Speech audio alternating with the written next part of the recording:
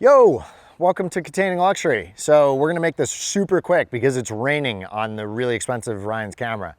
But we're gonna make an announcement to building a 3-container home in downtown West Palm. Let's get started.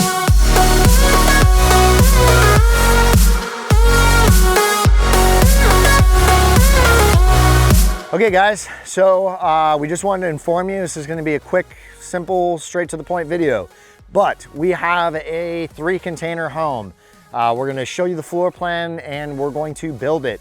It's that end cutoff of where we think container homes make sense and then don't make sense anymore. So the 3 containers is where you're only eliminating the middle one with all the walls. It's starting to rain a lot more on us. So stay tuned guys, and we're gonna see you on the next one.